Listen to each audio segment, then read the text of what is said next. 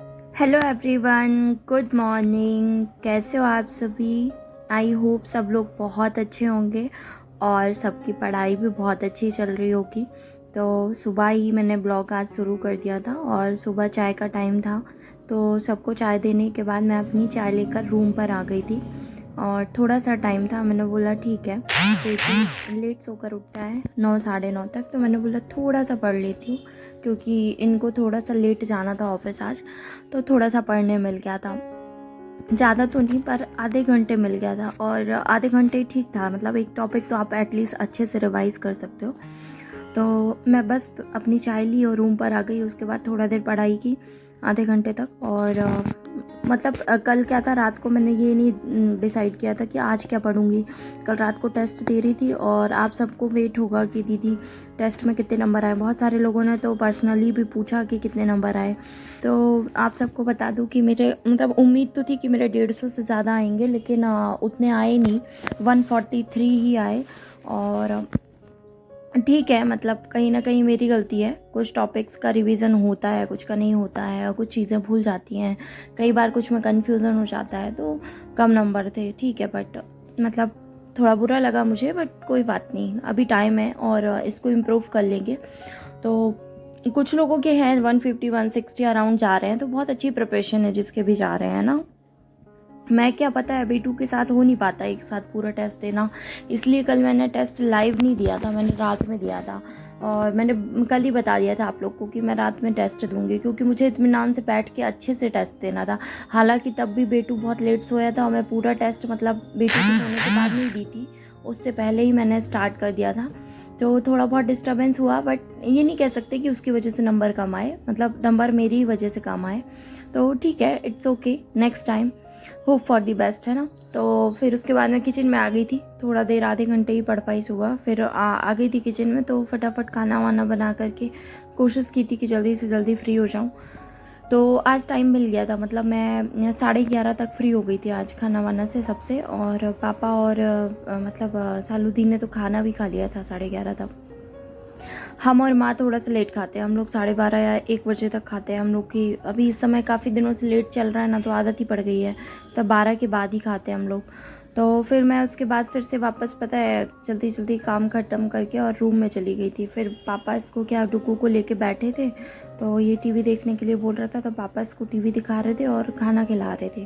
तो मैंने बोला चलो जब तक रूम में चले आते तो 1 घंटे और पढ़ने मिल जाएगा, क्योंकि आधे घंटे तो लगते ही हैं इसको खाना खाने में, एटलीस्ट आराम आराम से टीवी देखते देखते खाता है। तो मैं फिर से, पता है, जल्दी से काम निपटा कर रूम में वापस आ गई थी। और अभी 11:30 हो गया था मुझे आते आते रूम में।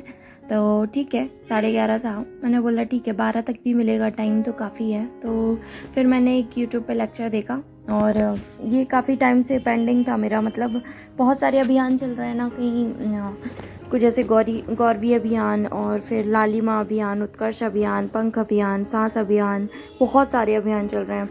तो ये क्या था, मैंने कुछ तो नोट किए थे, कुछ मेरी कॉपी में नोट डाउन नहीं थे। तो आज मैंने फिर यूट्यूब पे सर्च किया, पूरे अभियान मैंने कुछ देख रखे थे पहले से, उसका स्क्रीनशॉट लिया था, तो मैंने वो फिर नोट डाउन किया। और क्योंकि नोट डाउन करना बहुत ज़रूरी है, पता है, ऐसे तो याद है, बट ऐसे कब तक याद रहेगा आपको, उसको कहीं रिवाइज करने के लिए आपके पास लिखा होना ज़रूरी है। तो मैंने फिर उसको नोट डाउन कर ही लिया, पहले मैं नहीं कर रही थी, बट फिर मैंने कर लिया। और हाँ, जिसने भी नोट्स परचेज़ किया ना, मेरे नोट्स में अभियान वाला पेज नहीं होगा, क्योंकि मैंने वो पीछे साइड नोट किया है, अभी जस्ट नोट किया है आज ही। तो जिसने भी नोट्स परचेज़ किया है ना, मैं उसको शेयर कर दूँगी, आप लोग टेंशन मत लेना। और मेंबरशिप वालों को भी मैं अभी पोस्ट पे कम्युनिटी पे डाल दूँगी, आज ही रात में डाल दूँगी, तो आपको भी मिल जाएगा। और आज दिन में लाइव नहीं आ पाई थी, तो आज रात में कोशिश करते हैं कि 10 साढ़े 10 पे लाइव आने की, तो फिर तब पढ़ते हैं अपन, है ना। और फिर डिस्कशन भी कर लेंगे कैसा क्या रहा टेस्ट में, कहाँ गलती हुई क्या। आप लोग भी बताना किसका कौन सा पार्ट अच्छा है। देखो मेरे तो पता है सिर्फ पोषण और स्वास्थ्य में बोल सकते हो कि अच्छे नंबर है, मतलब अच्छे तो नहीं है, लेकिन 55 में से 47 आए थे। तो बाकी टेस्ट के कंपैरिजन में कम थे, बाकी सारे सब्जेक्ट में कम थे, मतलब इतना तो उम्मीद, जितनी उम्मीद खुद से कर रही थी मैं, उससे कम थे। तो मैनेजमेंट और सीडीपी में आप लोग को बोलते हो ना कि दिक्कत होती है, मुझे भी दिक्कत हुई यार, पता नहीं मैनेजमेंट और सीडीपी में कैसे मेरे 30 मार्क्स ही रह गए, दोनों सब्जेक्ट में 30 30 रह गए। मुझे मतलब बड़ा बेकार लगा। बोले कैसे रह गए यार। तो हो गया, ठीक है, गलती मेरी रही होगी। क्या है कि जो अपन पढ़ते हैं ज़रूरी नहीं वो एग्ज़ाम में आए, तो थोड़ा सा डिफरेंट था। जो रिवाइज़ किया वो नहीं आया, और जो आया वो मैं शायद अच्छे से रिवाइज़ की नहीं थी। तो सबके साथ होता है, कोई बात नहीं। अब अगले संडे को देखते हैं, अगले संडे को कोशिश करेंगे कि इससे अच्छे नंबर आएँ, और तब तक के लिए 1 वीक का टाइम है, तो 1 वीक अच्छे से पढ़ाई करेंगे। तो आज मैंने कुछ अधिनियम रिपीट किए, रिवाइज़ किए, क्योंकि अधिनियम के क्वेश्चन भी कल मैंने गलत किया था। तो आज फिर से मैंने अधिनियम पढ़ा, एक बार सारे अधिनियम रिवाइज़ किए आज बैठ करके, सब अभियान वगैरह नोट डाउन किए, और अधिनियम से कैसे कैसे क्वेश्चन बनते हैं वो चेक किया यूट्यूब पे। फिर थोड़ा सा PYQ चेक किया, PYQ में मैनेजमेंट देखा, और मैनेजमेंट में पता है एक चीज़ समझ में आई कि मैनेजमेंट में ना जितना आपने पढ़ा है समझा है, उसके अलावा वहाँ पे आपको दिमाग को बहुत एक्टिव रखना पड़ेगा, क्योंकि कन्फ्यूज़न क्रिएट होता है CDP और मैनेजमेंट दोनों में। मतलब क्वेश्चन तो बहुत इजी रहता है, बहुत टफ क्वेश्चन नहीं रहता, लेकिन आपको आंसर जो होता है ना वो थोड़ा सा कन्फ्यूज़ कर देता है। आप 2 ऑप्शन एलिमिनेट करते हो, बाकी के 2 ऑप्शन में आपको ये हो जाता है कि यार ये भी होगा, ये भी होगा। आप उसमें से किसको एलिमिनेट करो वो थोड़ा सा डिफ़िकल्ट हो जाता है। और इसी के लिए शायद मैं बार बार बोलती हूँ कि रिवाइज़ जितना ज़्यादा होगा उतना ज़्यादा कन्फ्यूजन नहीं होगा। तो रिवीजन मस्ट है, बिल्कुल बहुत ज़्यादा ज़रूरी है, और जितना ज़्यादा रिवीजन होगा ना उतना क्विकली आप अपने आंसर पे पहुँच जाओगे। क्योंकि पता है कल मैंने ये भी फील किया कि मैथ्स रीजनिंग में रोज़ नहीं पढ़ती ना, तो मुझे थोड़ा सा वहाँ पे टाइम लग गया। तो अब उसकी प्रैक्टिस रोज़ करते नहीं, इसलिए नहीं करते कि 4 से 5 घंटे मुश्किल से बचते हैं यार। अब चारों 5 सब्जेक्ट तो थ्योरी के ही हो जाते हैं, तो उसी में टाइम देना पड़ता है। तो मैथ्स रीजनिंग के लिए टाइम नहीं बचता, तो मैं उसको वीकली पढ़ती हूँ। फिर मैथ्स रीजनिंग को, या जब थ्योरी पढ़ने का मन नहीं करता, थ्योरी से बोर हो जाते हैं, तब मैं मैथ्स उठाती हूँ और मैथ्स सॉल्व करती हूँ, है ना। लेकिन कल जब टेस्ट दी और मुझसे नहीं बना, तो मुझे मतलब बना, लेकिन थोड़ा सा टाइम टेकिंग था। तब मुझे समझ में आया कि यार मैथ्स पढ़नी पड़ेगी यार, मतलब इतने में नहीं हो पाएगा, अच्छे से पढ़नी पड़ेगी। तो बेटू को सुला दिया था मैंने दोपहर को, देखो उसको सोते सोते 3 बज गए यार। मतलब बहुत परेशान करता है बेटू कई बार। ये देखो 2:47 अराउंड, मतलब 3 ही हो गया था। और उसके बाद मैं बैठी पढ़ने के लिए। तो देखो भैया के ऊपर है, कई बार वो 3 बजे सोता है तो 6 बजे उठता है, पर आज बेटू ने ज़्यादा देर नहीं सोया वो।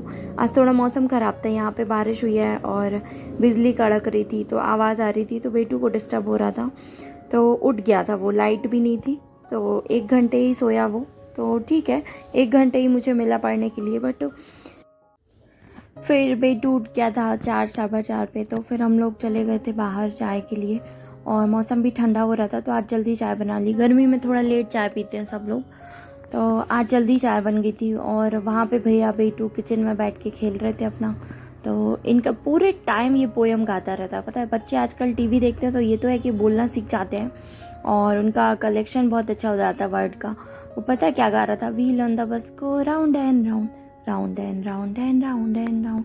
दिन भर ये पोयम सुनती हूँ मैं इस समय, और बेटू गाता है उसके साथ मैं भी गाती हूँ, तो मेरे खुद मुंह में पूरा दिन ये गाना रहता है, बस व्हील ऑन द बस को राउंड एंड राउंड, दिन भर यही गाना गाता है। तो फिर बेटू के साथ हो गया, इसके साथ जूझते हुए पढ़ाई शाम की। और मेरे ब्लॉग में ज़्यादातर 5-6 बजे तक का टाइम ही रहता है, क्योंकि उसके बाद फिर एडिट करना, वॉइस ओवर करना टाइम लग जाता है ना। तो फिर शाम को मैं कोशिश करती हूँ कि किचन में जाने से पहले वीडियो की एडिटिंग, वॉइस ओवर सब कुछ हो जाए, तो फिर उसके बाद मैं किचन में जाती हूँ।